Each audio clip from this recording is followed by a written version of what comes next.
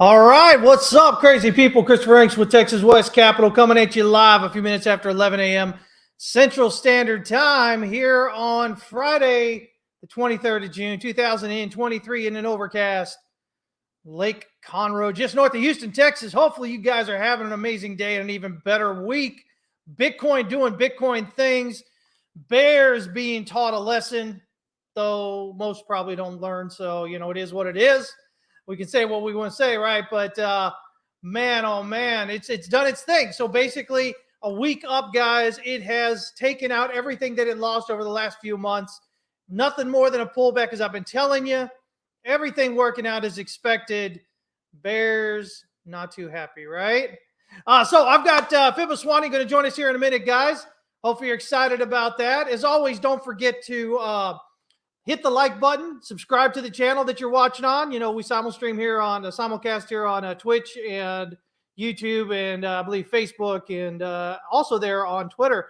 So if you're on Twitter or whatever there or Facebook, make sure you're following me, following the channel here. I've put out some pretty great timings here, especially lately, guys, that man, oh man, you be making some money, right?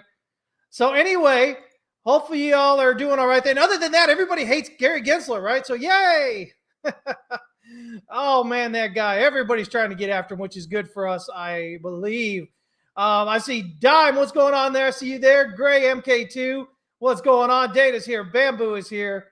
Hank is here. Baltazar, Frank, Jay can play. Hey, Jay can play, man. It's been a while since I've seen you. What's up, man? Good to see you. All right, guys, as always, let's go ahead and welcome Mr. FiboSwanny to the show today. How you doing, man? What's up? Doing well. Doing crazy things.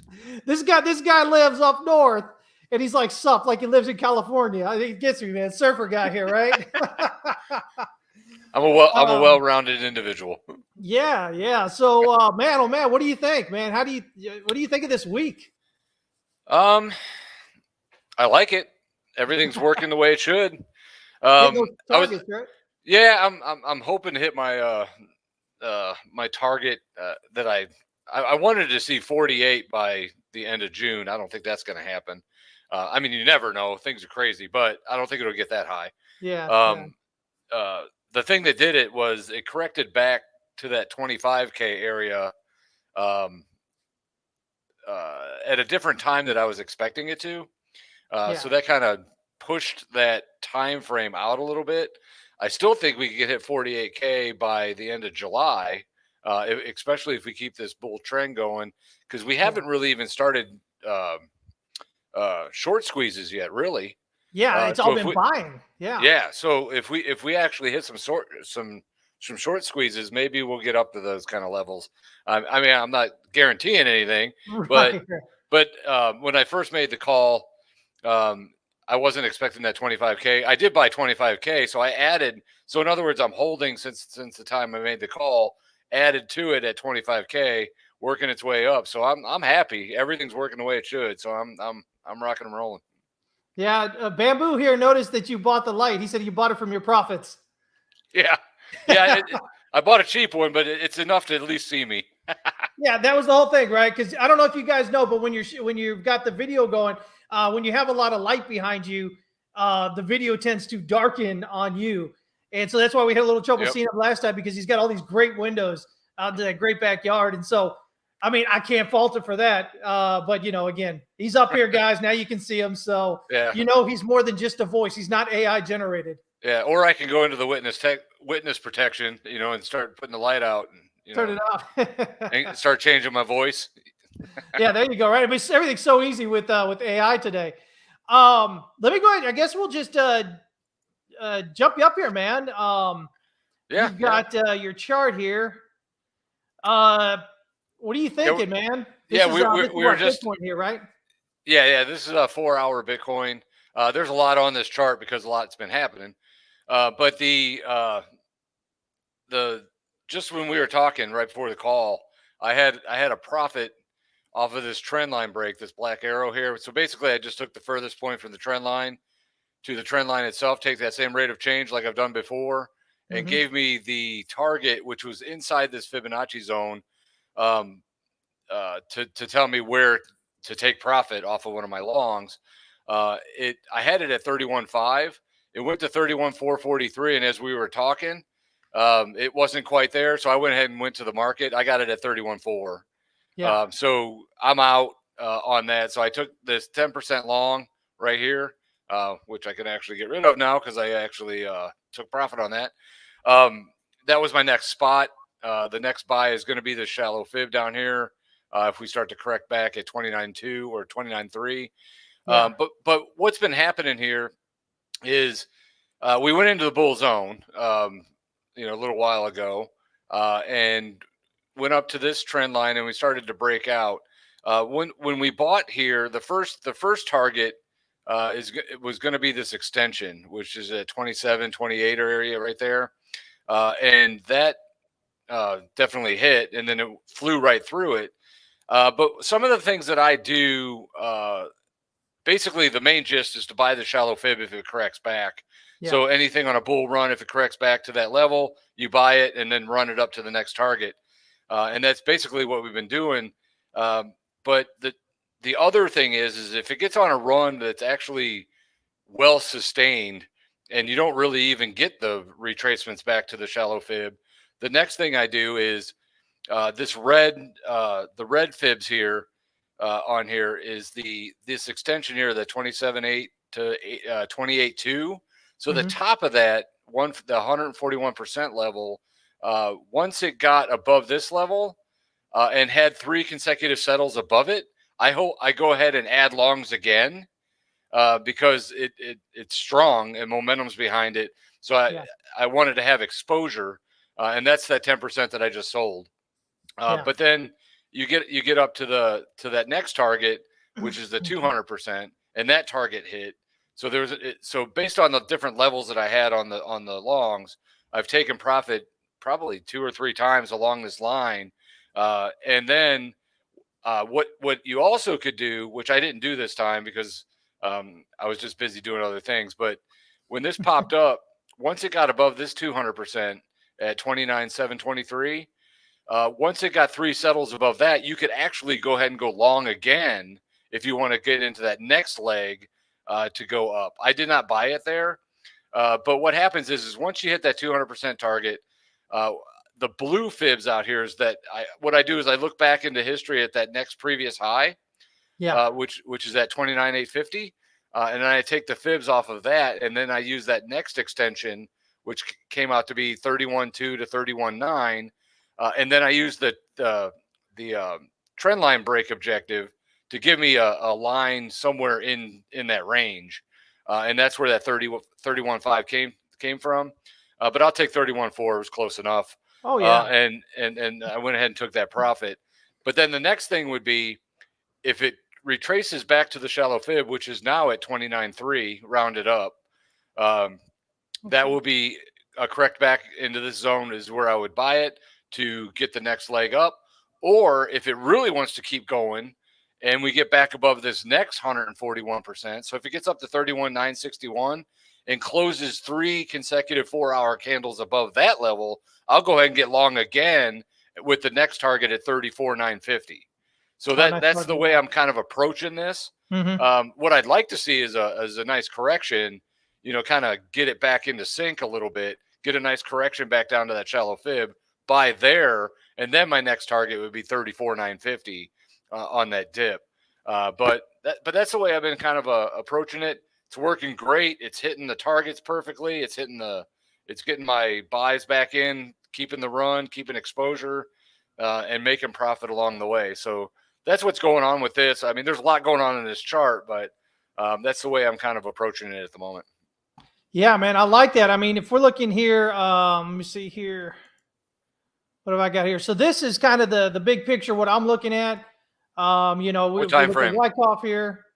The idea that this has been accumulation. As I've been talking about, it's pulled back. They're kind of looking at targets which are coming down, but really just looking for this to pull back on that decreasing volume, which is what we got. We kind of made this wedge.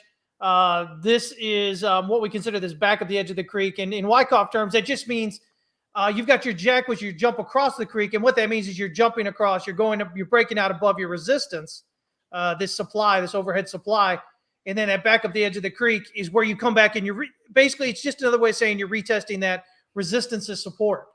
And so, I mean, you know, everything here kind of working exactly as we were looking for on this, you know, on the main picture here. We looked at a couple of different potential counts as things were working, as it was coming back, but ultimately doing what it did is what we expected. Huge run up here, basically a week's worth of run up, took out all this couple of months of downturn, skies falling nonsense. And so here we are now, right? And so we're just about to hit that R5 pivot. This is on the hourly. This is the 12-hour chart right here. We can see, I've got this basically as off here. I've got this as a 1, 2, 3, 4, and this being a 5 here working out. So it's kind of hit our targets that I put out for our members. But the question, you know, I look at this and we still got strength. You can see that even here on the 12-hour, you know, gosh, we're all the way up there at, gosh, almost 85 on the RSI here on 12-hour. I don't know when the last time was that high. Oh, yeah, well, it was over here. It was on the big run up over here back in January where we had this break out of the range here. And it lasted a while, too. Do it? Yeah, it did last a while. Yeah. So, I mean, I look at this and say, okay, well, this was initially what we're looking for, you know, and generally speaking, when we're doing Elliott wave, your first 5 waves up, your first subwave of your next larger degree going up usually terminates around the previous subwave's termination point, right? So we got the swing high of this circle 1 or circle Roman numeral 1 here.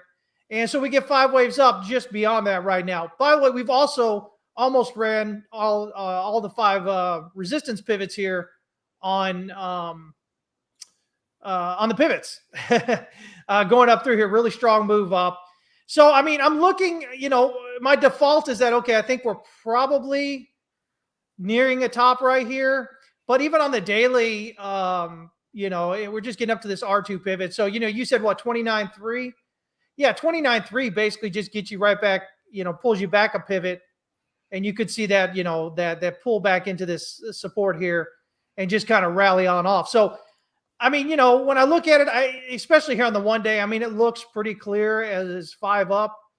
Let me see here. That 3 actually got that overextension here to almost 2.414. So, you know, big overextension for wave 3.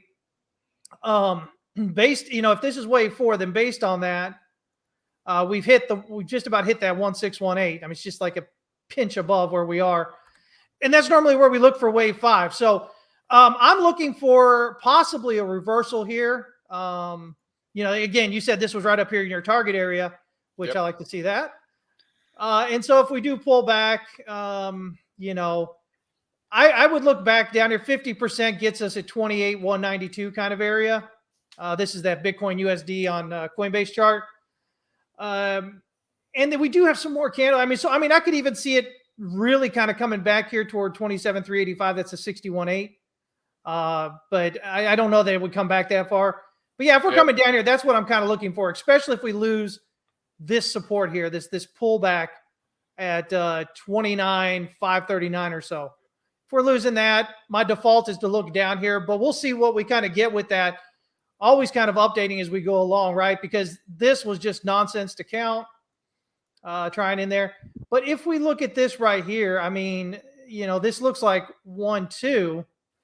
This looks like 1, 2, 3, 4, 5, 3, 4, 5. So, you know, we could keep pushing up a bit higher here. I'm not the type, you know, you said you took profits there. I mean, I'm all about that. I talk to people about that all the time. I rarely go completely to my target because, hey, you know, we never know what's going to happen. We want to sell into strength, right?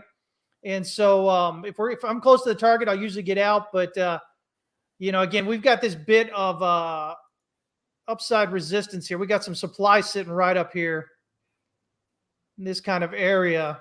So, I mean, I could see potentially a push up into this 31,764 to 32,377 kind of area. It's about $1,000 range. I could see, you know, a final like 5th wave finishing push up into that. So I'm still open to that.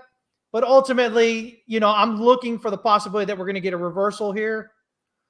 If we did break out above that structurally, I mean, I would probably be looking up here you know, a lot of people are looking kind of at the swing low here at what is this?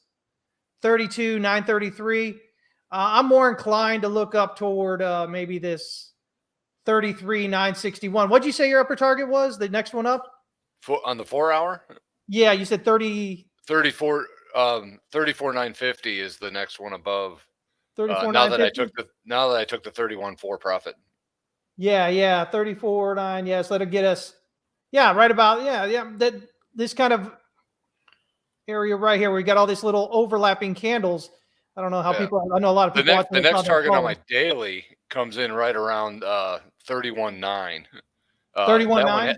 That one hasn't hit yet, but that was the next area that I think could top out and start to get a correction off of it. Yeah, that'll hit you right here, this range I'm talking about right here. So we've got that. Your other target hits a great area here when I'm looking at price action. And, you know, you've got a big candle, and then you've got these couple of overlapping candles with wicks and smaller bodies. And then it goes into a big candle down. This kind of pause area here is usually a target.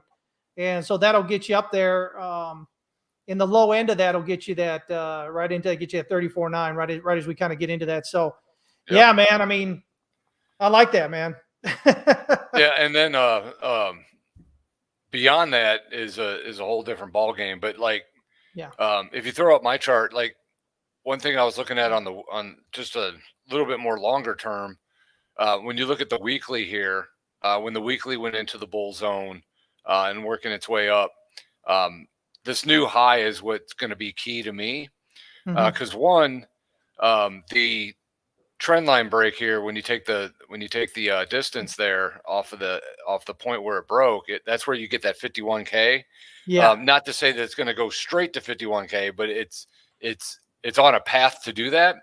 But the next level that I'm watching is if you just looking at trend lines just for kicks and giggles, if you look at this trend line here that we're kind of on at the moment, if we get I know I'm roughing it in here, but if we get above this, if we get 3 weekly settlements above 31K, the probability of going to 51K gets really, really strong.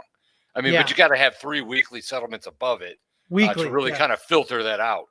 But when you take the distance, if this is going to let me, here we go. If you take that distance of that trend line from the furthest point to the trend line, that opens up a whole different deal. Oh crap! Hold on. Wrong one. Control Z. Yep. Yeah, it's hard on it lags just a little bit on here, so it kind of throws me off. I don't know when this will break out, but whenever it does, this trend line would mark out like 80K or whatever. So in other words, if we can get above that 31, that new high 31,050, get that 3 weekly settlements above it, the 51K comes in at a pretty high probability, and hopefully it hits basically by the end. The timing I had for the 48K, the earliest was the end of June, which is coming up pretty soon. Yeah. And then the latest was September 1. So somewhere in that time frame was the 48K should be the target. I still think we can hit 48K by September, especially if we keep this bullish run going. Even if we correct all the way back down to some of those levels that you were looking at, like the 29, I can't remember what it was now, but even if it corrects all the way back down to the 61.8% you were looking at, my 61.8% of my threshold theory is probably about $500 higher than what you were looking at. Yeah. So even if it corrects all the way back to that, I still like that 50K by September if it keeps this structure. So that would happen. Then we would correct back, and then we would get into that 80K, which would come in post halving and in 2024. Most likely. So everything's working like pattern wise that I like to see. But this next step is going to be the key, because right now we're coming into that resistance. I'm taking profit. I always take profit on my system. A lot of people are like, why are you taking profit now? It's so strong. It's because my system told me to. Yeah, and that's what takes the emotion out. You know, it's like, I mean, even if I took my profit at 31.4 and it rallies to 32.4, I don't care. We'll figure it out. We'll get into another position. Exactly. There's no guarantee it was going to go up there. Yeah, there's no guarantees. So yeah, I take profit whenever my system tells me to take it, and then The first few years I did this, I had a lot of the coulda, woulda, shouldas. Man, I could have done that. I should have done that. I would have done this. I can't do that anymore. You just got to figure it out. Get the pattern going. Yep. If your system says to do it, just do it. Just plan out. Consistently locking in profits. Yeah, it's a hard thing to do. Don't get me wrong. It's it'll bounce you around a little bit with your emotions. Like, well, I mean, I guess it could go up to another $1,000, you know, that kind of thing. But but that's what I'm looking at the moment. I really like the pattern. The long-term structure is working really well. That's what I want to see. So did I hit 48K by the end of June? No, but if it hits July, if it hits August, I don't care. It's a win for me. Yeah. And, well, what I love about this, man, is you've got that 51,600 target there. Yeah, 51.6. And I've been talking forever and a day about us getting up into that low 50s based on the Elliott wave count, and then based on a point and figure count.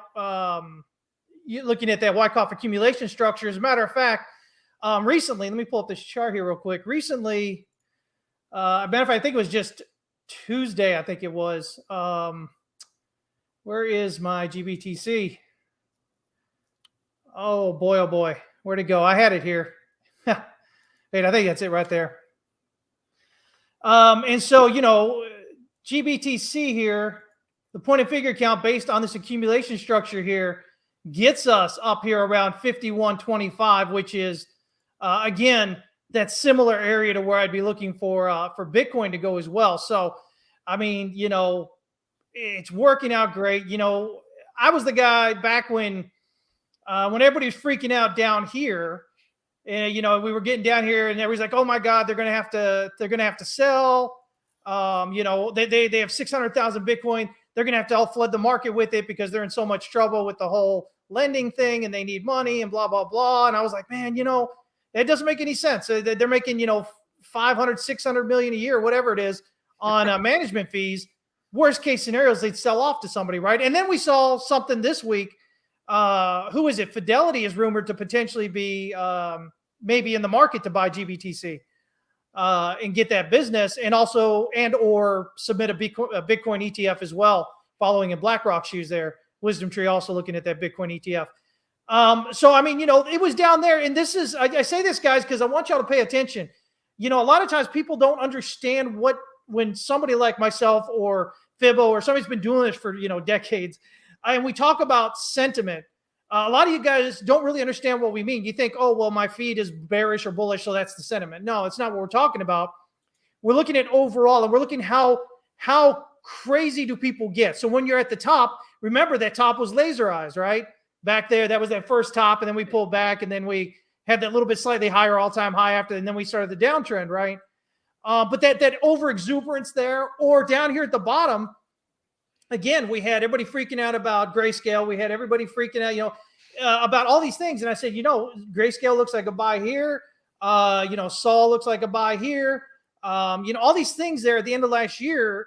And they've done the thing. They've done what we expected. And it's not because, you know, because I have a crystal ball. I wish I did, as long as it was correct. But it's just because when you guys have to understand, experience really matters, and experience being through these things time and time again, right? So if you're like Fibo or myself, we've been in for, you know, 20 and 30 years. We've been through multiple bull and bear cycles, you know, with stock markets, with futures, with, you know, with everything, currency, with everything, guys. And so you see the same thing over and over again. Again, everybody right now, you know, with whatever they're talking about, when it gets to a certain level, a certain crescendo, where it's just like everybody just feels like, oh my God, it's got to die. And that's kind of at that point where you start going, well, maybe this is the bottom now. Maybe this is the low. And so that's what we kind of look for. But man, yeah, so I see a lot of good stuff coming up here. I'll tell you what, man, what do you got on, let me pull you up here again. What do you got there on maybe gold or silver or something like that? Gold. Let's see here. Gold. I've been in the bear zone for a while here on the 4 hour. It touched a couple of times as it basically was in this area consolidation. But I've been working our way to the downside. My target to buy, I didn't really short it. I didn't feel like shorting it. Yeah. But I mean, I would have been shorted around here and then worked our way down. But the fib extension target based on this is between 1909 and 1918. So I have it right there at like 1911 and a half is where my fib extension target's at. I was looking at that as an area to possibly buy. As the price approaches that, if momentum starts to switch, because right now when you look at the ADX, the ADX is, with this move that it moved to the upside, these last three green candles, the ADX was actually dropping. So it wasn't really building momentum for the bulls. Yeah. It's just another one of those bullish corrections in an overall bearish market, at least on the 4 hour here. And then I've been looking for a move back down here. Now, if this price approaches this area in here and the momentum starts to build for the bears, then I would probably wait for the 200% level at 1871 to actually get in some really big longs to go long this market. But I've been quiet on gold. I actually there was another before I went to this level. I used another fib level that was from this previous threshold. It's not on the chart here, but it worked its way down, and it actually was a buy right here. And then it went up and it hit my shallow fib, which was up just a little bit at the time. So I did a quick gold trade in there based on the previous shallow fib. But now that that's happened and I took profit off of that little move, which I mean, in gold futures, a move is pretty decent. Yeah. Because I mean, it's kind of the leverage that you're looking for when you're looking for, using futures. But it popped up. So I had a really good trade that, I mean, it was within 4 hours. It went pretty quick. But now I took profit on that, and now I'm just kind of waiting for some lower targets on that. So 1911 and then 1871. If I really want to get in it, I could probably put targets in to buy at both levels and dollar cost average it. But I'll probably wait until the 200% to really get a strong long back in. Or if it starts to rally and get back into a bull zone, that will be my signal to buy it to get back into another trend going back the other way. So that's what I'm looking at in gold at the moment. At what point, if it continues up from here, what point does that change for you? I mean, if it goes into the bull zone, I don't have the right indicator on here, but if it goes into the bull zone, the previous shallow fib is going to be 1938. So if it gets up, I think it has to break 1950. I think. So if it gets above 1950, that's where I think it would signal the RSI zone for me. It would already be above the previous shallow fib, which is the current one at the moment. So 3 settles above 1938 and a move above 1950. Though all of those together and the bull zone on the RSI would be my buy signal. I think it would have to close above 1950, and then that would kind of signal it. Nice, man. I like that. What about silver, man? You got silver too? Yeah, I pulled up silver. Actually, this one's actually had a little bit of a buy in here but it's one of those short trades. When I say short trades, time, not shorting. When I went into the bear zone here, if you did short it, you would have hit the 100% target at 2278. So you would have made that move right here.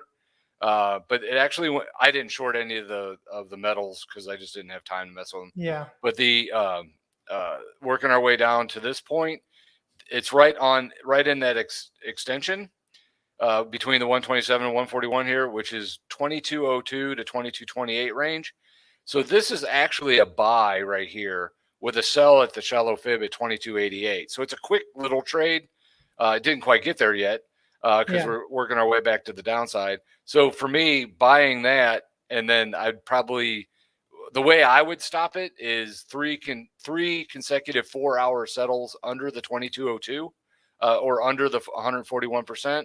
Because if we get those 3 underneath there, you got a pretty high probability it's going to go to the 200%, which is at 2095. But right now, long at the moment, moving our way up, trying to get a sell on that shallow fib. But overall, it's still in the bearish zone. But the reason I liked it, and I went long a little bit right here, is when you dip down below the bear zone and then it clicks back up into it, just your basic old way of looking at RSI, right? Yeah. If coming back up out of the oversold condition and coming back up in, with that coming back up in and that actually holding in the fib extension zone that I was looking at, I kind of liked the long position there, but I liked it for a short trade, not a long-term swing trade. The long-term swing trade would be the same kind of look I'm looking on gold, waiting for that 200% to get down to that 2095. And then I would unload on a much larger long position. But right now I'm just trying to do a quick little trade on that. Didn't quite make the shallow fib, but that's the way the cookie crumbles. Right. Let me see. What was that? No, I was just laughing. It's just yeah. Let me pull up. I've got a Pepe chart here. Oh, here we go. Yeah, bring on the Pepe. Meme coin extravaganza here. I mentioned there on Twitter, right? Whatever this day was here, the 21st. So I guess that was yesterday there. I mentioned that, I said the recent daily rally suggests the pullback is likely complete. This here is the 4-hour chart. So large candle spread down, doji, large candle spread up, blah, blah, blah. And I said, are you long yet? I think you probably should be. And, then from where we actually entered, we're now actually, I think we've rallied up there about 38% so far. So if I'm looking at my count here, I had talked, I think on Tuesday about looking for these lower targets, but it was the daily here. And this is what it means, guys, to be a trader, right? So I was looking at the possibility we might head it down lower here. But when we started getting this rally up through this wave 4 area and these big candles and the volume, you got to start looking the other way. You got to be able to change your opinion, when the data comes in differently, right? And so now it looks like we've got a 1, 2, and a 3 up here.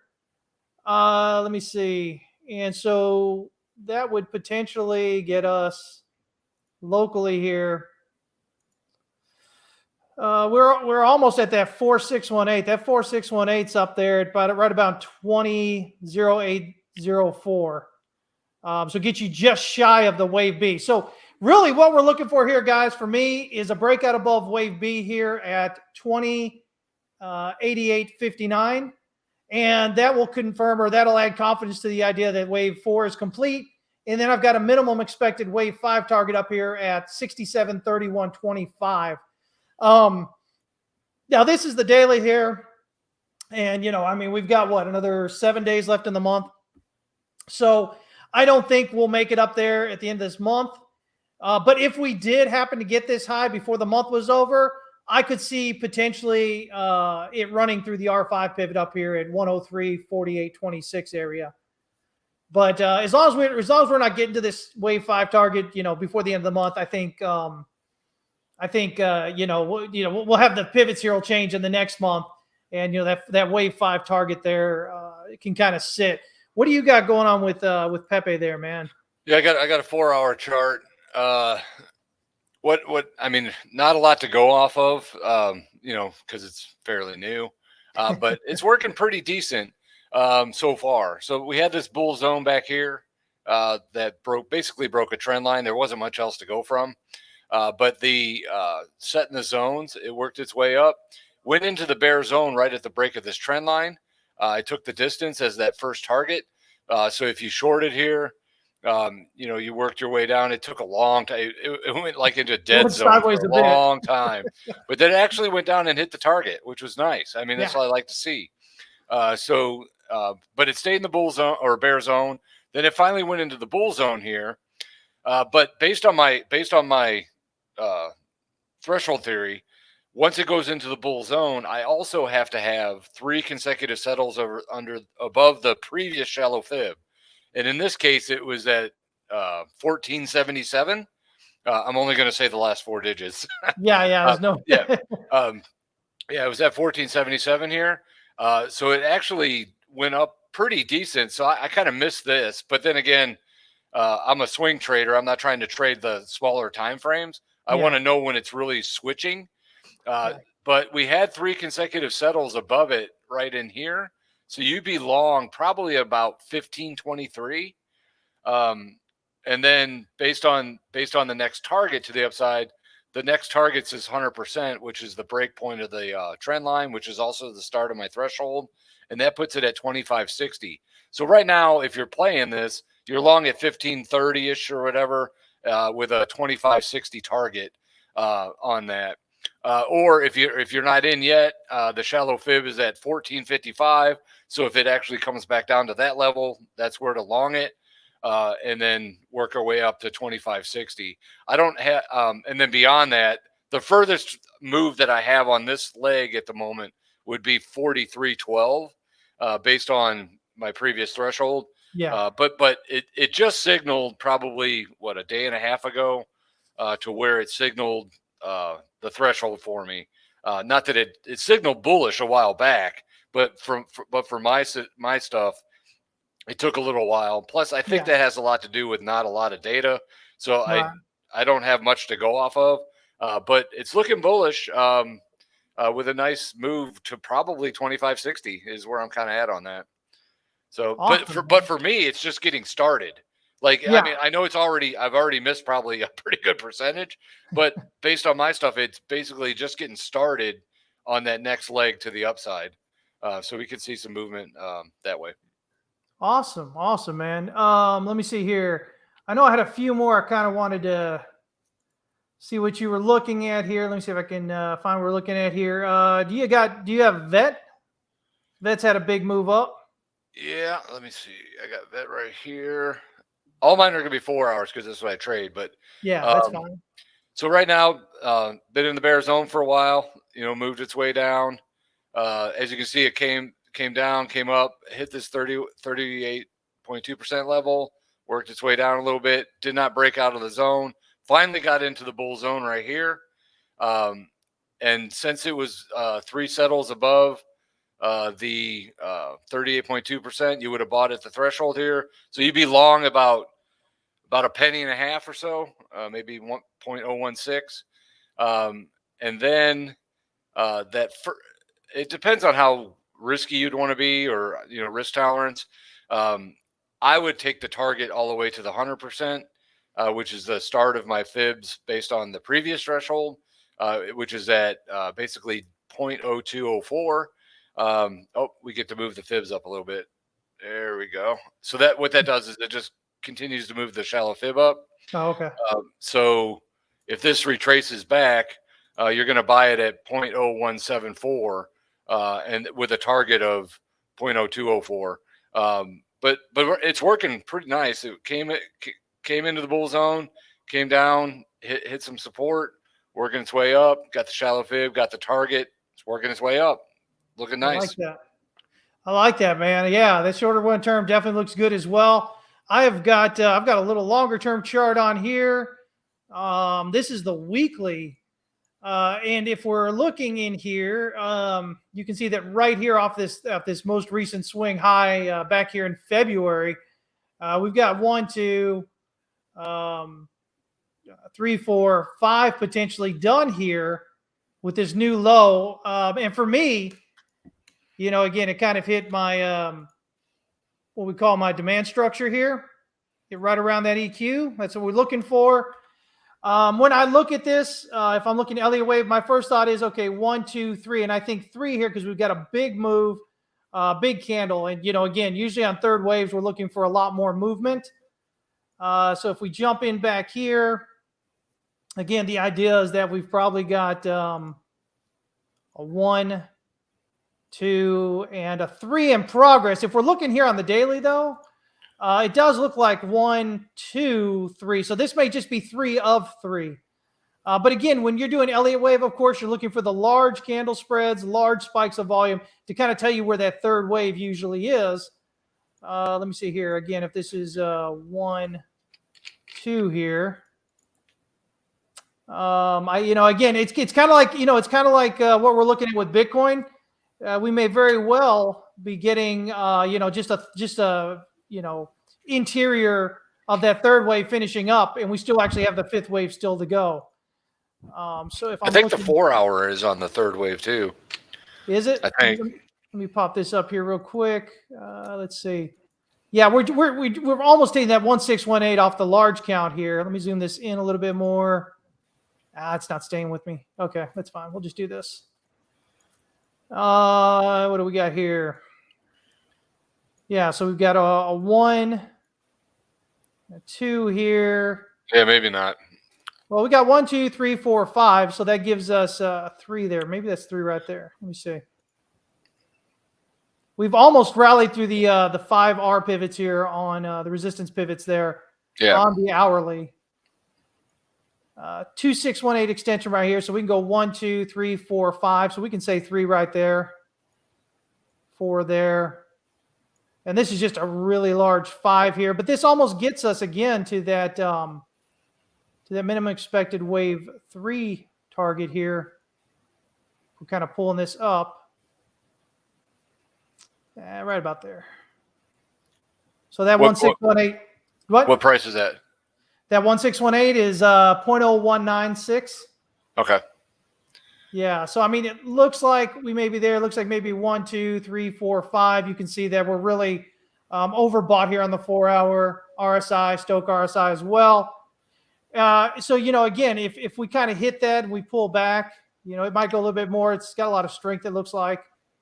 But yeah, I've already moved my fibs twice since you started talking. It's getting moving up there, right? Yeah, we might hit the 0.0204 before we even get off the call.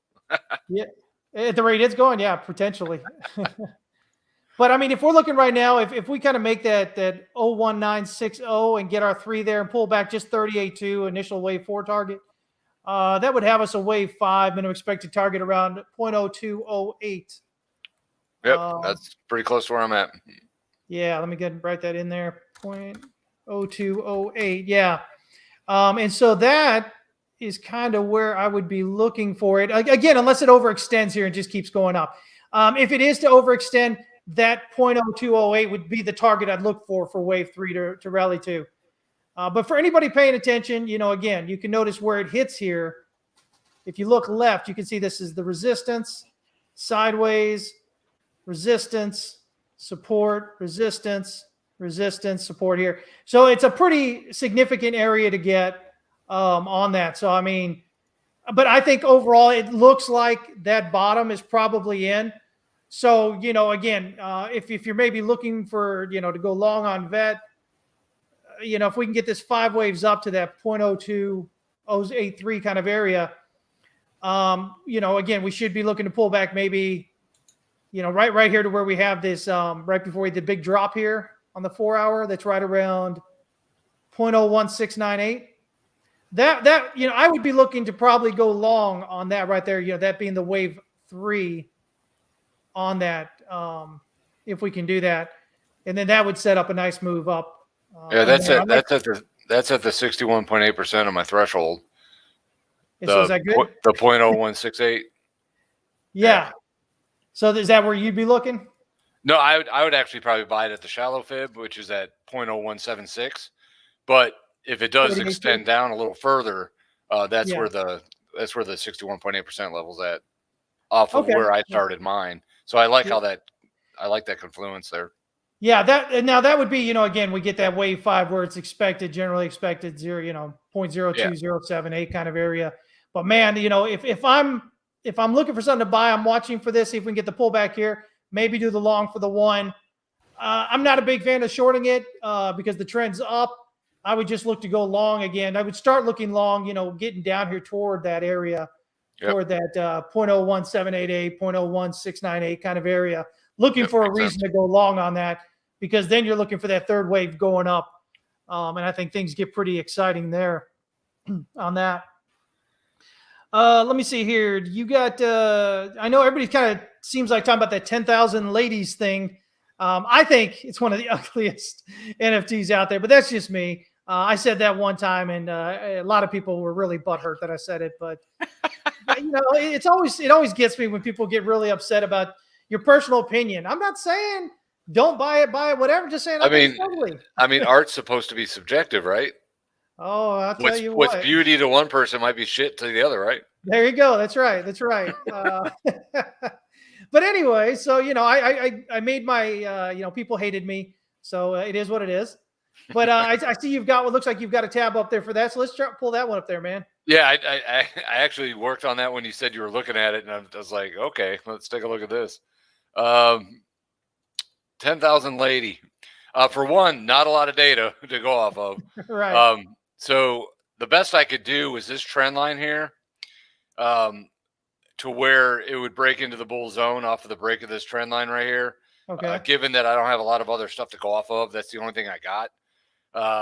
So I took the distance there. So if you would have been trading this, you would have already hit your target right here, based off of that trend line, which is also the 38.2% level off of that.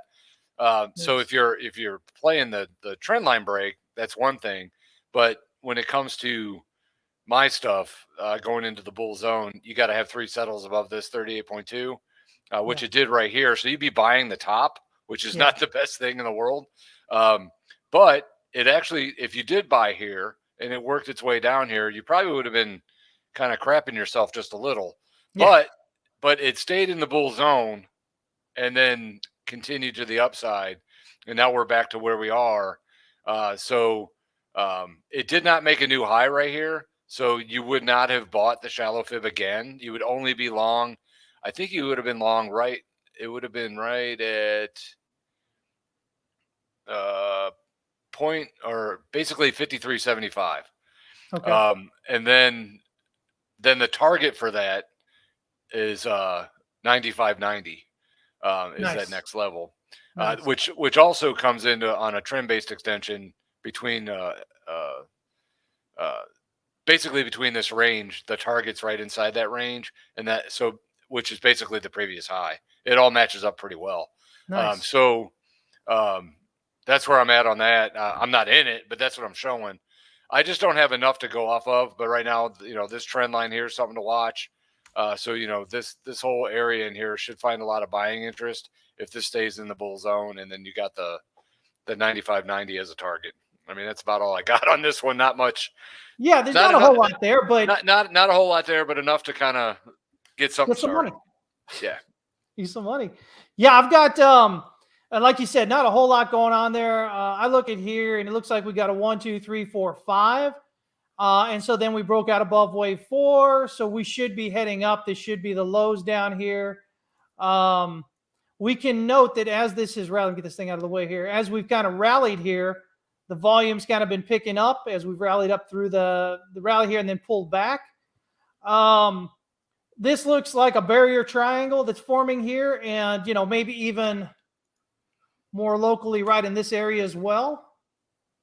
So, just a big, quick pattern kind of look here.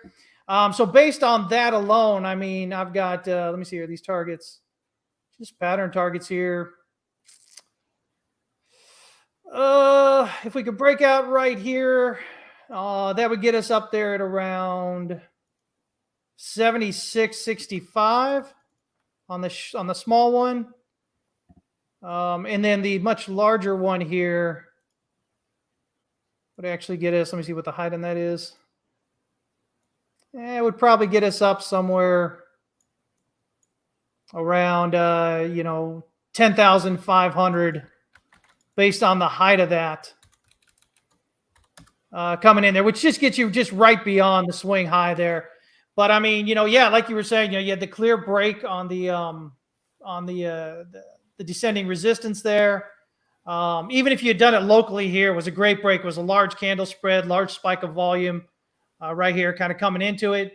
Yep. Pull back, continue it up. I mean, guys, listen, this is bearish. This is bullish market structure. You got a high, a low, higher high, higher low, higher high, higher low, or potentially a higher low. We've got to break out above this 61.10. If we do that, that locks that in as a higher low. And so we do have bullish market structure off that that June June 5th of this year. Yeah, June 5th swing low there. So I mean, it's been a great move up off that low. It's rallied, up here at the top there, around 233.5%. If I look here, let me see here. I mean, this looks like this could even be a triangle here, like a wave 4 triangle. So maybe something like a 1, 2, 1, 2, and then 1, 2, 3, 4, 5 gives us 3, and working on 4 here. So then we go A, B, C, D, E. So we'd be looking for a breakout here. And so if this is a wave 4, then, if we measure the height of it there, basically is what we're measuring, and we look at the 1618, it gets us this lower target right here around that 0.7665 kind of area, minimally, based on the idea that maybe we've got I guess 1, 2, 3, 4, 3, 4, 5. I guess you can do a 1, 2 here. Try one more time. A 1, 2, 3, 4, 5 kind of thing. Now, if we continue up through that, then secondary targets up here at 86.65 on that wave 5. But yeah, I mean, the thing about triangles when you're doing them with Elliott wave is it'll happen one of two ways. Either you'll get a thrust out of it, and that'll be it, in which case it could hit your target based on the height, or it could stop a little bit shy. All you need is 5 waves up from the end of that triangle that breaks out above, wave 3. But the other way it does is it doesn't really like thrust up. It kind of takes its time moving up. And when you see that, you usually see that price will overextend. It'll go beyond the expected wave 5 target. So if anybody's watching that, I mean, I think we've still got some higher upside to go here. We could pull back a little bit first and then do it. But nonetheless, I mean, that's a great target area right here at this, at the first kind of swing high on the way down. That is the 4-hour chart. We're getting kind of close on the daily here. By the way, oh, look at that. That wave 5 target area gets us right around the R1 pivot on the weekly. So let's do this. Let's see what we got here. Come on. So let's see. Yeah, again, you pull you right back to this pivot area. So we can get like a 1 there and a 2 back toward the pivot area. Or like I said, if it extends a bit higher there, I think ultimately if we get reject the R1 or we come up just a bit higher there to that overextension target at 86.65, that gives you 1. And I think 2 is right here around that weekly pivot. And so, if you were looking for a good long that you can kind of pop in there and wait a while, look for that pullback on that wave 2 toward that weekly pivot and start looking for a reason to go long around there. And you should, I don't know, depending on where it is. Let me see here. If we just hit that local target and kind of pull back, you're looking up here at around 14,505 for a wave 3 minimum expected. But, it could obviously overextend to, 16,730 or even, 2330 even up in that area. So that's kind of what I'm looking at there, guys. Yeah, 17,350 would be my area for that kind of run. 17,350. Yeah. So, I mean, it looks good, guys. I mean, again, locally here, looks like we're consolidating toward that resistance. Get one more push up and kind of finish this 5 waves up off the low, and then get that pullback. And then, I think a lot of them are going to kind of be like that. Okay. I see you got Link there, man. Yeah, let's look at Link, man. Because Link is something I've been talking about for a while, guys. Everybody freaked out when we got that drop down below. What's Fibo got here? Yeah, what I'm looking at here is, we were in the bear zone here, worked our way down, got into this area consolidation, went into the bull zone, got the 3 settles. The third settle there was at 562. So you'd be long at 562. That next target, I like to go to the 100%, but some people like to go to the 61.8% level for like a quick trade. But the way you'd be playing this is, let me get the fib in here. When the fib first started, it would have went up to this high right here. So you would have bought. Nope, you wouldn't have. Yeah, you'd only be long once or 1 tranche instead of 2. If you didn't buy when it first went in on that, you would have been buying the shallow fib, which is basically around the same price you would have got in anyway. So it really doesn't matter. So you're long with the fibs are now at 610 on the high today. Shallow fib is at 577. So I was looking at it, trying to figure out if there's any resistance. This trend line might bring in some right here. So if it comes back down to the shallow fib at 577, I'd be buying, which I also like because it kind of touches that previous high right here. So if that comes down, that would be my buy right in there. And then 649 would be that first target. Then you got some extensions out 692 to 714. And then beyond that is 806. The trend line, which I just kind of roughed in when we were just talking. And it all depends on when it breaks. I'm just assuming if it ends up breaking resistance right now, you're getting up pretty close to that $8 level, which is also the 200% off my threshold. So everything's looking good on a nice little start of a bull run on that. I didn't look at some of these closer trend lines, but the break of this resistance would be pretty key. But right now, if I was trading this, which I'm not, I'd actually probably taken profit at the end at this trend line resistance, and then buy it back on a dip at the 577, and then hopefully it breaks out to the upside. But right now, everything's looking structurally. Oh, we lose you there? Oh no, Fibo. Let's give him a minute, guys. Let's see if his connection kicks back up here. We might have had him have too many charts. Let me see here. While we're waiting here for a second. Wait, are you back? Nope. While we're waiting here, guys, Bamboo is asking to me and Fibo, do you guys use the PSAR indicator or the SAR indicator? What are your thoughts about it? I don't generally use it myself. I know a few trading strategies with it, but I don't generally use it myself. So looks like Fibo is coming in. Now. Wait, there he is. It's working now. All right, it's there now, man. So did you hear anything I said? I heard you say that you would have, if you were trading, you would take the profit there at the resistance and look to buy the shallow fib area. Yeah, at 577, and then the next target would be 650. Yeah, so generally speaking, for me personally, anybody who's been watching for any length of time knows that if it's a significant area resistance, generally the way most of the time that it plays out is you get a rejection at first, and then you pull back, and then you break out through. And so, I'm kind of of the same thought on that.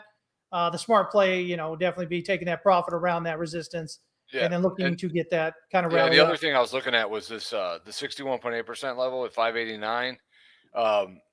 Even if it pulls back a little bit, even if it comes down to 577, if it ends up closing back above 589, I like that 3 settles above the 61.8% level here, which brings the 650 target into play, which might get enough buying interest on that dip to basically anybody taking profit, it comes back down. And then the psychology is, oh, crap, I didn't get in it the first time.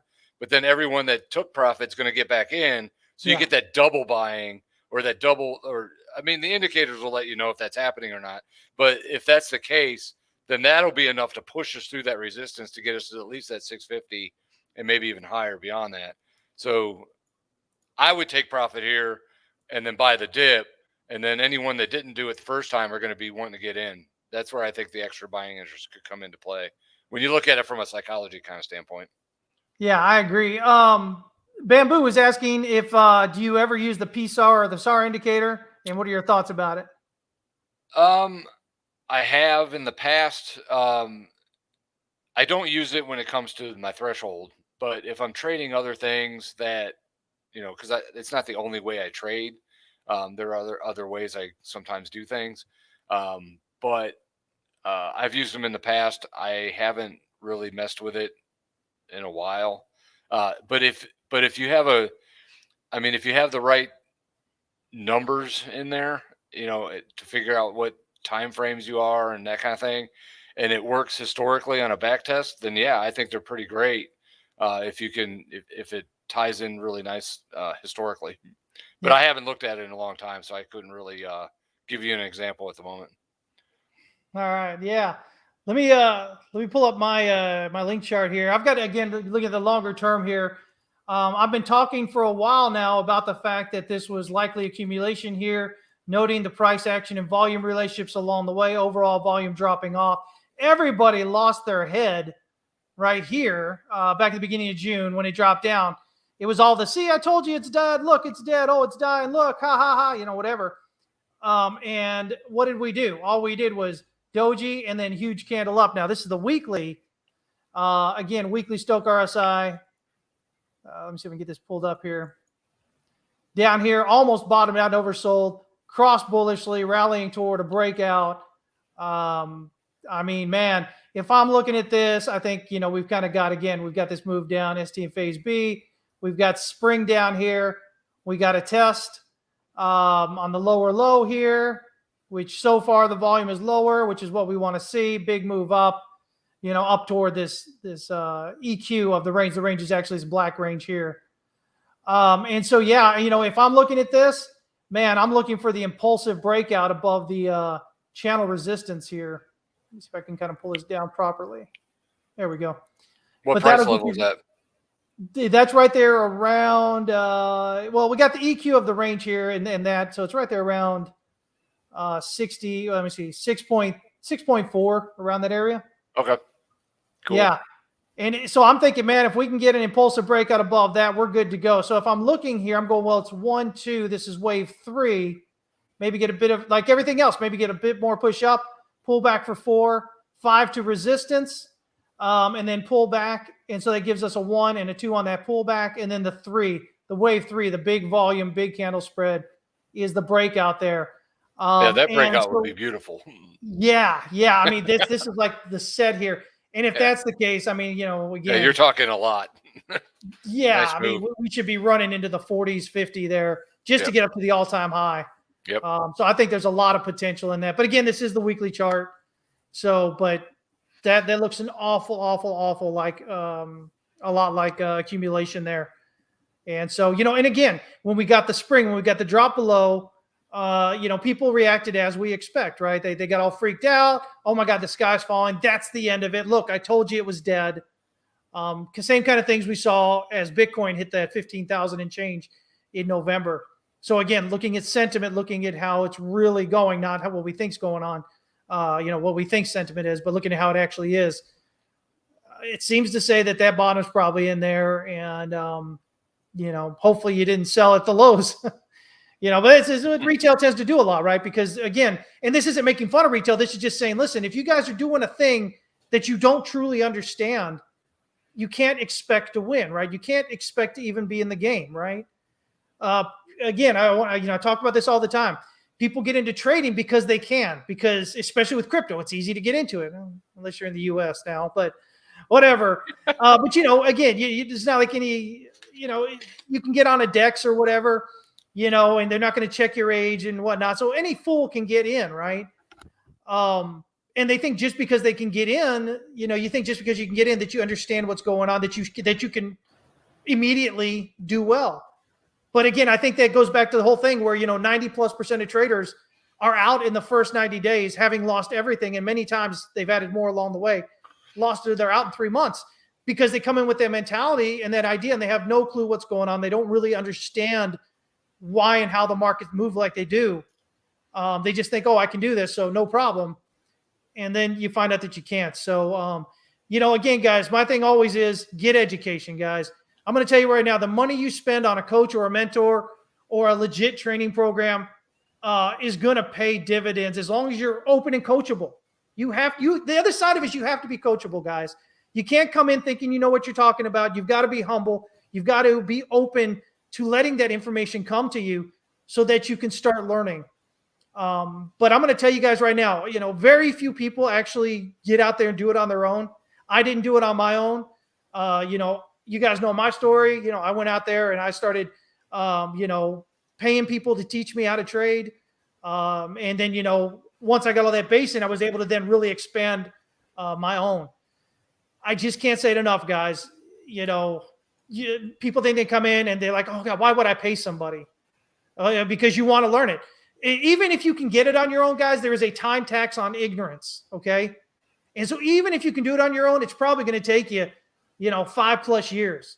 And that's 5 years or 4 years, if you took a year of training education, that's 4 years where you could have been, increasing your profits along the way. So whether you go through us, which I think would be amazing for you to do. I think we got one of the best.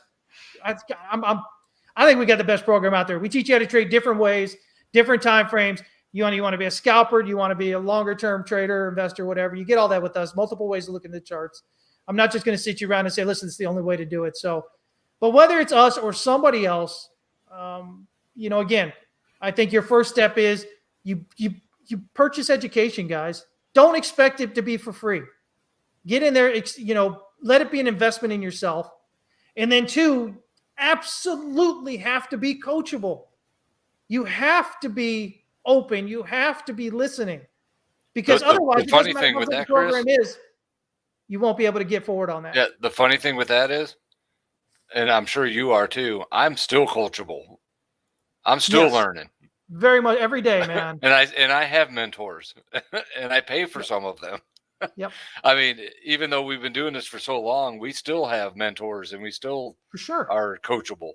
I think once you start getting into that groove, you stay in that groove, basically. Yeah. Well, I mean, it's like anything else. If the professional basketball players, professional football players, whatever it is, professional musicians, right? They've all got coaches. They've all got people that are helping them all the time, because it's still, even though you've been doing this long, it's still easy to get bogged down and kind of forget some things, kind of get caught up in your own head. And, you go see somebody that says, listen, some kind of performance coach, and they're like, listen, here's where you're having your issue. Let's work through that. I can't force people to understand the importance of doing so, but, every once in a while, somebody's listening and they take heed and they really do it. But it's 2 parts, guys. Again, it's 2 parts. 1, you've got to be willing to pay for it. 2, you've got to be willing to be open, to truly be open and be humble enough to accept that you probably don't understand what you're doing. That's why you don't have consistent profits, right? And because when you do that, then you can be open to listening to how to fix that, so that you can get there. At the end of the day, it's all about making money, guys. It's all about making money, okay? Should never see, when you invest in yourself, whether it's, trading or even if it's just in your regular life, if you go to a performance coach or something else, right? You should see that as an investment in yourself. The idea is you're going to get in there, you're going to be open, and you're going to accept what they're doing. You're going to implement those things that they tell you, and then you're going to be better off than when you went in.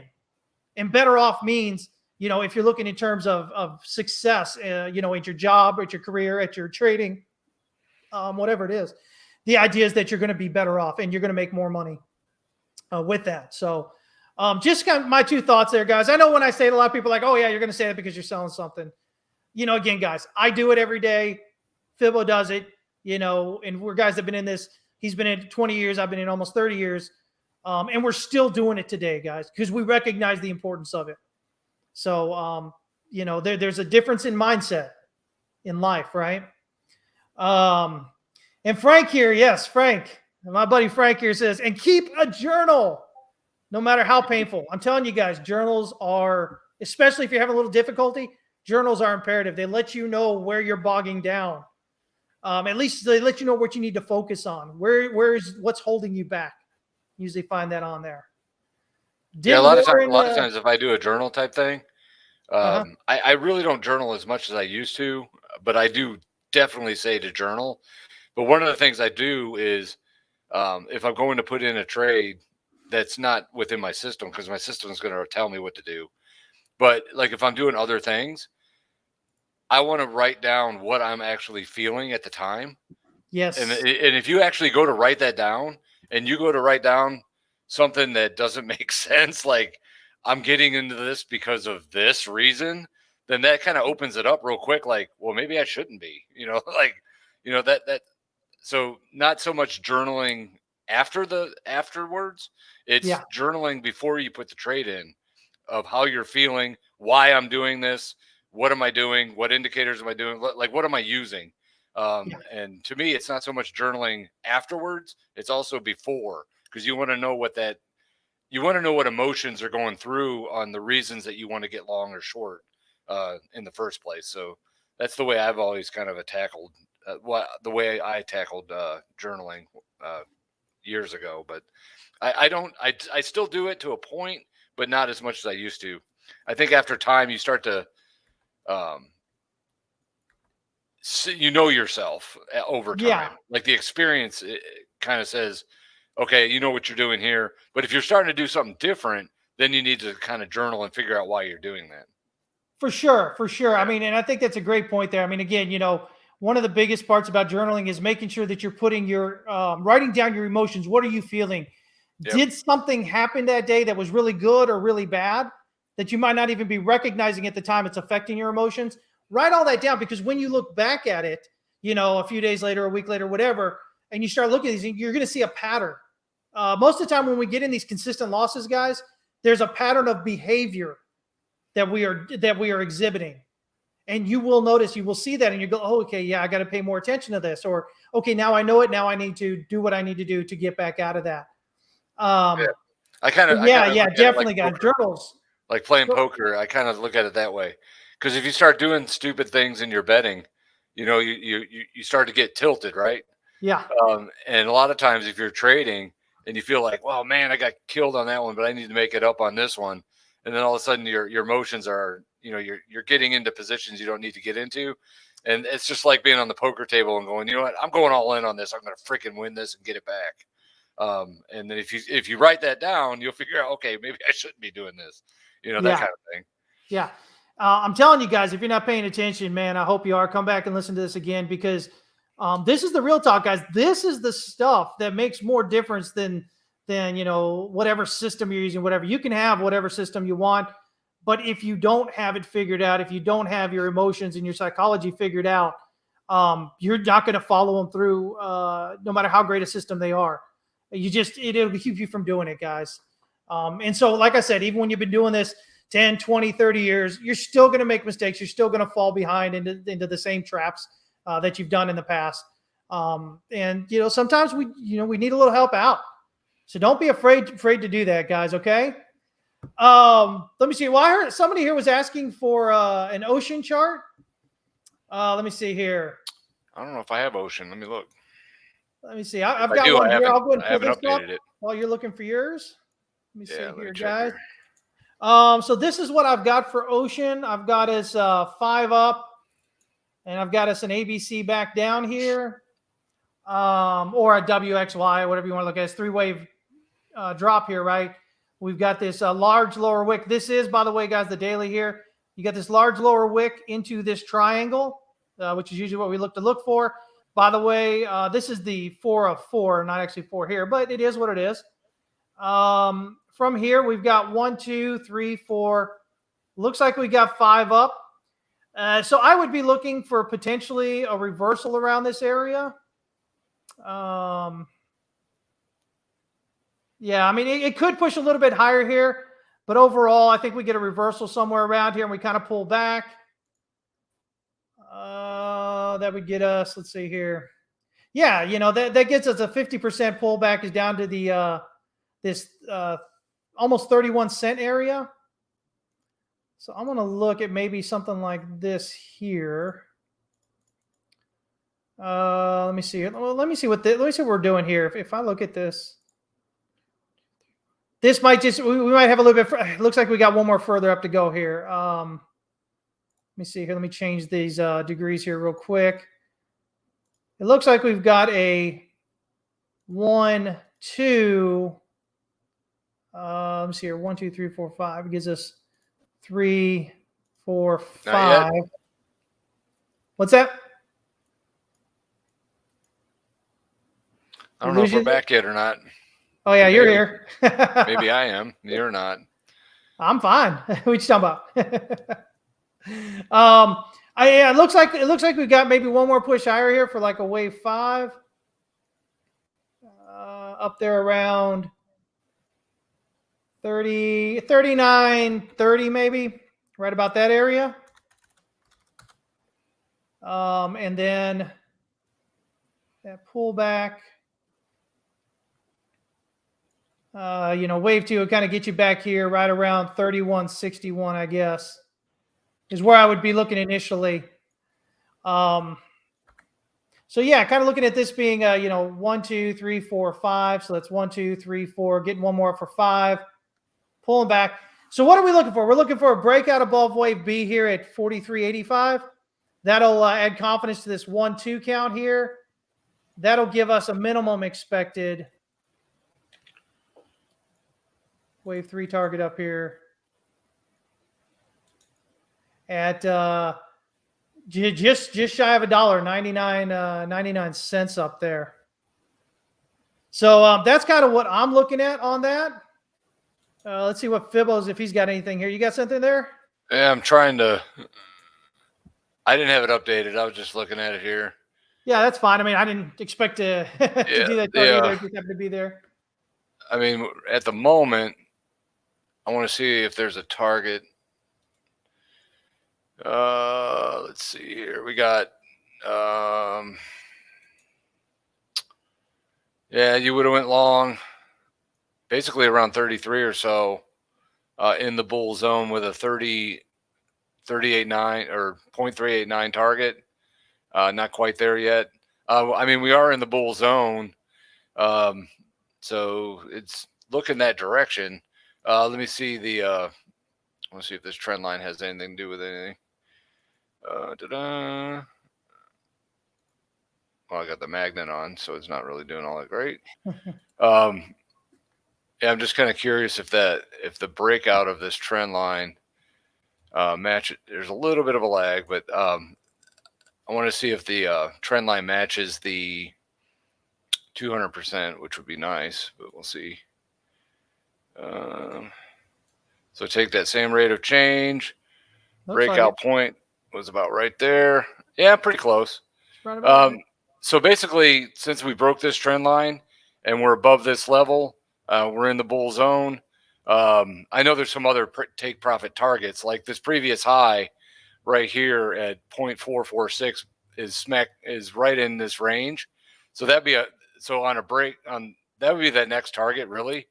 If you want to bypass the 100%, like if you want to be a little bit more risky, that would be a spot to look and then buy the dip, and then the 200% would be the next one in play. So yeah, it looks pretty decent. I mean, just for eyeballing it pretty quick. But I didn't really have it updated, so don't take it as like perfect or anything. I was just kind of eyeballing it here. But ranges are working. Makes sense. Because if you look back here, this is all bull until it broke right here. And then basically, if you probably put a trend line in here or something, it'd probably been pretty close. So it would have worked nicely. Got back above the previous shallow fib pretty nicely. Everything was looking pretty good. I can see getting up at least the previous high at that 45 cents and then maybe 54 cents later on. Yeah, I mean, that's pretty great there. I was looking, again, looking back on that chart I had there, that wave 3 is right up there around 56 and a half cents. So that, that kind of gets right up around that same area where you've got those targets. So cool. I think it's a good looking, third wave target on the way there and, potentially give us higher up there. Again, based on the fact, based on the idea that maybe we still got this wave 5 to go and then wave 2 only pulls back 50% and then we kind of get that. So, still some stuff that has to happen, but again, not looking too bad there at all. Bamboo says, would you say that there's news coming in that the SEC approved the first leveraged Bitcoin futures ETF? Well, okay. Okay. Well, so was Gary Gensler fired? Yeah, right. It's crypto and it got approved. What? Good time. Wait, what? Let's see. Do you have time to check the Bitcoin dominance chart? Yeah, I can look at that real quick. I don't know if Fibo's got it. I can pull it up real quick. I think I had a 53% target on that. I have to pull it up, but yeah, let me see here. Where are we at? Yeah, I mean, there we go. I was talking on Monday or Tuesday, I believe it was, about how we had the kind of target here, and I could see it potentially rallying up above the R5 on some overextension stuff going on here. That's happened. Man, oh man, this looks like just 1, 2, 3, 4, 5 here. So that looks like that may just be like a 1 and a very short 2 on that pullback. You said you got a 53? Yeah, we're kind of getting our way up there, aren't we? Yeah, that's where my next target was at 53. I haven't pulled my chart back up yet, but yeah, I'm gonna try and find it here. Yeah, if I'm looking at this, man, that looks like 1, 2, 3, 4, 5 gives us 1. Let's see if I can see this blue background, this black here. This gives us, it would give us 5 up around 54.48. 53 and a half is where that third wave would be if this is 1, 2, and working on 3 here. And you said your next target was around 53, right? Yeah, I'm pulling it up here. It's taking a little bit to load. Help you there? Yeah, it's basically it's saying don't open any more tabs. Yeah, lots of tabs, and TradingView takes up a lot of memory. It seems like. Yeah, here we go.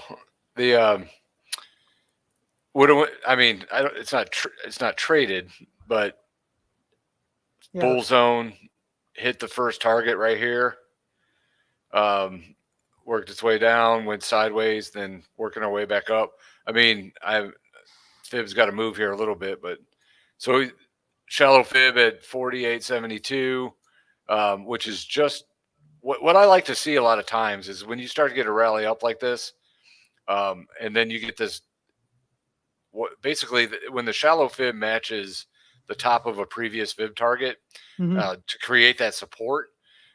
So any dips back down into this area should continue moving to the upside. But right now I have a 53.01% target based on this current move. So that's where it should go at least on this leg before it corrects back. And then but then there's another one beyond that that I don't have on this chart, but that's where I'm at. Not quite updated, but I had a 53 target. That's all I remember in my head. Was 53%. But you remembered it. That was the thing. Yeah. I guess one last thing. I guess we'll go ahead and jump here at the DXY, man. If you've got that. DXY. Yeah, I got the. This one's a weird one for me, because what I've been looking at here is we went into the bear zone back here in June. Basically June 1st, and went down. But this previous shallow Fib here, it needed to start closing below it before I become a bear on it to where I would actually want to sell it.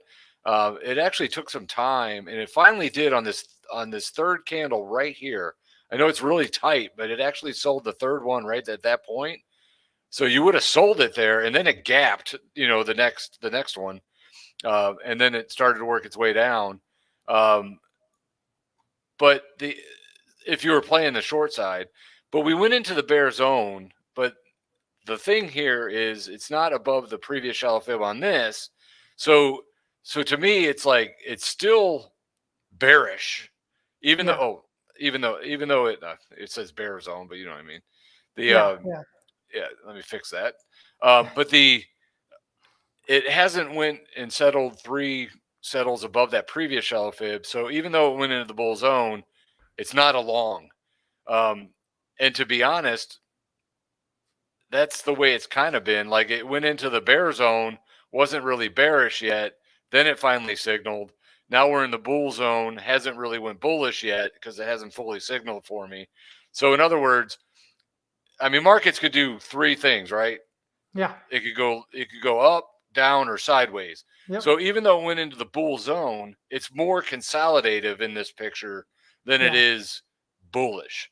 So to me, consolidating here and then further downside unless this thing breaks. So I still see the dollar working its way back down into some of those previous lows of 100, maybe 98, some of those areas. But right now it went into a bull zone, but not strong enough or not enough signal for me to go long on that market at the moment. So that's what I'm kind of looking at. Yeah, and I'm kind of with you on that. I've got this basically as as maybe 5 down here at that daily S1 pivot. I've got an A and a B, and then looks like a 1, 2, 3, 4, and a 5 with a target here of the daily pivot area, which is about a 50% retracement for wave 2. Makes sense. And so, that's up there around 103.2 31, 32, somewhere right around there. So what I'm looking for is a breakdown below 102.318 to signal, okay, now we've started that next leg lower. So, you know, I can see that. Yeah. So, I mean, I don't think it happens today that we get that target. Maybe Sunday when the market opens into Monday, as the week really kind of begins. And then we can see the DXY kind of dropping, the dollar dropping there throughout next week, potentially. As we look at that, my chart here is the 4 hour on here. Yeah, that's what I looked at too. I was pulling up my daily because I think the daily is still in the bear zone, and that's why I don't really like the long, and it hasn't really signaled. Yeah. But I think we're probably getting long in the tooth on the rally here, and we'll look for that breakdown at that level. And then for me, that would be like, hey, most likely time to head down lower. There's a lot of kind of overlap and stupid kind of price action here, but again, looks like interior counts here to get us to a 3. If we measure this out, wave 1 and 2 here, we're just beyond the 1618. So, we're set for that. That's good. Wave 3 usually looks around that area. So there we are. Just a slight lower low for the wave 5. We got 1, 2, looks like 3, 4, 5 waves. Again, so, in rallying up to the 50% on the wave 2, perfectly strong wave 2. Normalized count there, so that's what I kind of be looking at. So there you go. I'm still bearish on the daily. So my target's all the way down to 99.17 before I would consider even going long. Yeah, and I think that's the way it is. Again, my count here, I may even need to adjust it. Heck, this right here could all be wave 4. Maybe somehow it's wave 4 is a flat. That'd be kind of crazy. Yeah, but if this is wave 4 is a flat here, I mean, if we're getting up here to that target area, that gets us 101 at least, which gets us close to this wave B of 2. That's that wave B triangle there at 101.041 is what I'm looking for in the larger picture to get us really headed down into the low 90s kind of area. So, yeah. Makes sense. All right, guys. Hey, man, great time having Fibo here as always. Just remember, Fibo tries to join us every other week, guys, on Friday. But if something does come up, we'll reschedule them, kind of like what happened last time. I try to do my best to give you guys a heads up as soon as possible so that you know. You can follow Fibo, of course, at FiboSwanny there on Twitter. It's usually where he's most active, I believe. You can join his threshold theory at TexasWestCapital.com. And you can get a hold of all his kind of analysis and things going on. Tier 3, you can join Texas West Capital. Tier 3 at TexasWest.capital. That's our membership site. And we haven't done it yet, but we'll soon be implementing Fibo's threshold theory into Tier 3. So if you're interested, and thinking, man, I got to choose between each one, you won't have to soon. You'll be able to get in with one, and you'll get access to it all. Everything from Elliott wave to Wyckoff to price action to Fibo's threshold theory. Man, we got you guys covered left to right, up to down. I'm going to tell you, really, guys, there is no better place to learn how to trade online. I'm going to be honest with you about that. The psychology, the emphasis on risk management, the things that we don't tell you what you want to hear. We tell you what you need to hear. Try to hold you guys accountable because that's the only way you're going to get better. So we'd love to have you there. I don't choose my partners lightly. Exactly. I didn't say, hey, I'm just going to do a jump ship with another person without knowing that all the bases are covered here. And that's what I like about it a lot. Yeah. I mean, that's exactly why we got Fibo in with us, guys. I'm still working on getting him to quit his day job and to come work with us full time. I promise you it's going to happen at some point. I'll just keep needling at it. But, again, guys, the reason why we have Fibo is because he has that experience, the same as I do. He understands the importance of risk management, he understands how the markets move and why they move. He doesn't play off on news events. He understands it's already in the chart. So all this same stuff, guys. Yeah, because that is my day job. Exactly what you just said. Exactly your day job, right? All right, guys. Hey, listen, thank you so much for joining in as always. Fibo, unless something happens, we'll be back in 2 Fridays. Yep. I'll be back next Tuesday, 11 a.m. Central Standard Time. I hope you guys have an amazing weekend. Remember, the only thing you control in the market, is how much you lose. Okay, guys? That's it. So risk management is the most important part of your job every day, day in and day out as a trader. If you can get that in your head and get that figured out and stick with that, then you've got a lot greater chance than most of actually making it and being successful and doing things you want to do. Okay, guys? But remember, as I told you earlier, you have to be coachable. You have to absolutely be able to learn. And that all starts up here in your head. Okay? So you guys have a great week, and we'll see y'all next time. Take care, everybody.